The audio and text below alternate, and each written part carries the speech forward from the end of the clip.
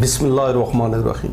अस्सलाम वालेकुम नाजरीन, आज एक और मॉरल सबक अमोज स्टोरी के साथ हाजिर खिदमत है। एक ज़ईफ़ शख्स जिसके 5 बेटे थे, जब वो बूढ़ा हो गया तो इसने अपनी सारी दौलत अपने बेटों में तकसीम कर दी।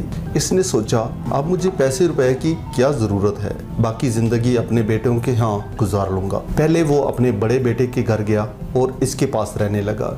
शुरू के दिनों में तो बड़े बेटे ने इसकी बहुत खिदमत की, मगर थोड़े दिनों बाद वो अपने बाप से थक गया था। अब वो इसका अदब भी ना करता था, बल्कि कभी कभी अपने वालिद को डांट भी लेता था। बूढ़े बाप को ना वक्त पर खाना मिलता और ना कपड़ा। आखिर बूढ़ा बाप भी अपने बड़े बेटे के सलूक से तंग आ गया और दूसरे बेटे के पास चला गया। वहाँ भी शुरू के दिन अच्छे गुजरे, फिर दूसरा बेटा भी बड़े भाई की तरह बाप से तंग आ गया और इसकी बीवी तो अपने ससुर के साथ बदजुबानी भी करती और कहती कि हम पहले ही मुश्किल से गुजर बसर कर रहे थे, अब तुमने आकर और भी परेशान कर दिया।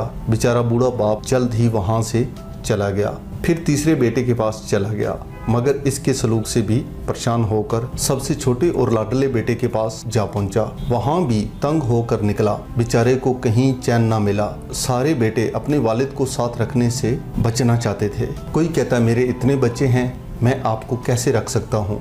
कोई कहता मेरा घर छोटा है, तो कोई कहता मैं खुद बहुत गरीब हूँ। वालिद 5 बेटों की खुशामद करता। इसने रो रो कर कहा कि मैं तुम्हारा बाप हूँ, मेरे बुढ़ापे और कमजोरी पर तरस खाओ, मगर कोई परवाह ना करता। एक मर्तबा 5 बेटे इकट्ठे हुए और सब ने मिलकर फैसला कर लिया कि वालिद को किसी जगह ले जाते हैं ताकि वो आसानी से रह सकें। बूढ़े बाप ने जब ये सुना तो आजिज़ी के साथ बेटों को कहने लगा, मुझे ऐसे मत छोड़ो, मैं अकेला कहाँ रहूँगा, मेरी आंखें बहुत कमज़ोर हैं, मुझे कहीं रहने को थोड़ी सी जगह और एक टुकड़ा रोटी दे दिया करो, मैं एक जगह पड़ा रहूँगा। मगर जालिम बेटों ने वालिद की एक ना सुनी और गांव से दूर एक वीरान जगह भेज दिया। वहाँ रोता हुआ चला जा रहा था। वालिद वहाँ रोता हुआ चला जा रहा था कि रास्ते में एक अमीर आदमी का घोड़ा वहाँ से गुजरा, तो घोड़े से उतरकर उस अमीर आदमी ने पूछा कि कहाँ जा रहे हो। बूढ़े बाप ने जवाब दिया कि वीरान कोठरी में जा रहा हूँ। अमीर आदमी ने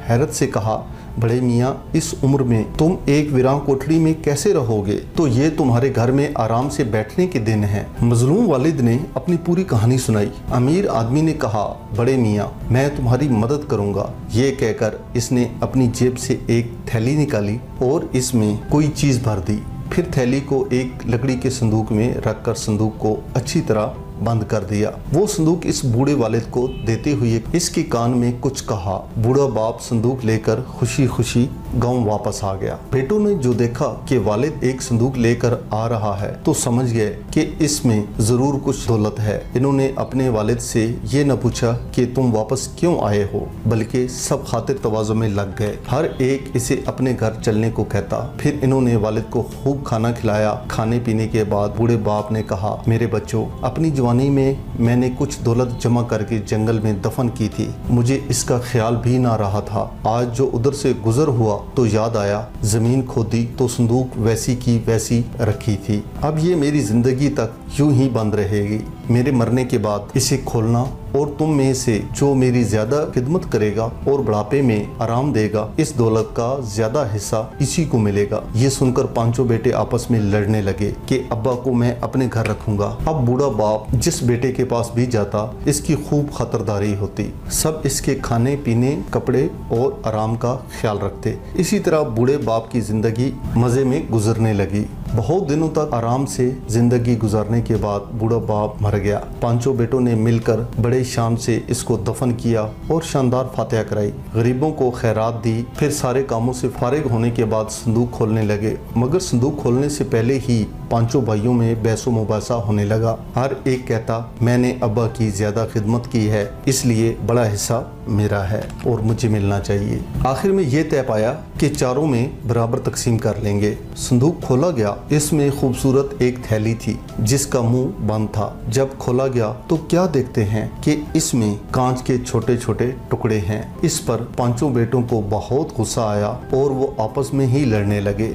नाजरीन, जिस शख्स ने अपने माँ बाप की नाफरमानी की, इनके साथ यही सलूक होता है। हमें तो इनका ख्याल रखना चाहिए क्योंकि इन्होंने ही हमें पालकर बड़ा किया और इस काबिल बनाया कि हम कमा सकें और अपनी ज़िंदगी बना सकें। हमें बुढ़ापे में इनकी मदद करनी चाहिए, इनसे प्यार करना चाहिए। बाप की मौजूदगी सूरज की तरह होती है। सूरज गर्म तो ज़रूर होता है मगर ना हो तो अंधेरा छा जाता है। बाप की नाफरमानी तुम्हें जहन्नम में लेके जा सकती है। माँ बाप से कभी शिकवा ना करना क्योंकि इन्होंने तुम्हें क्या दिया, शायद इनके पास सारी ज़िंदगी यही था तुम्हें देने के लिए। थैंक यू सो मच नाजरीन। उम्मीद करता हूँ कि आपने मोरल स्टोरी से, मोरल कहानी से खूब सबक हासिल किया होगा। नाजरीन, इसी तरह की मजीद वीडियो हासिल करने के लिए अगर अभी तक आपने हमारे चैनल को सब्सक्राइब नहीं किया तो सब्सक्राइब ज़रूर कर लें और साथ लगे बेल आइकन के बटन को प्रेस कर दें ताकि इस तरह की तमाम आने वाली वीडियो आप तक पहुँचे। Thank you so much. मिलते हैं एक नई वीडियो में एक नए टॉपिक के साथ। अल्लाह हाफिज़।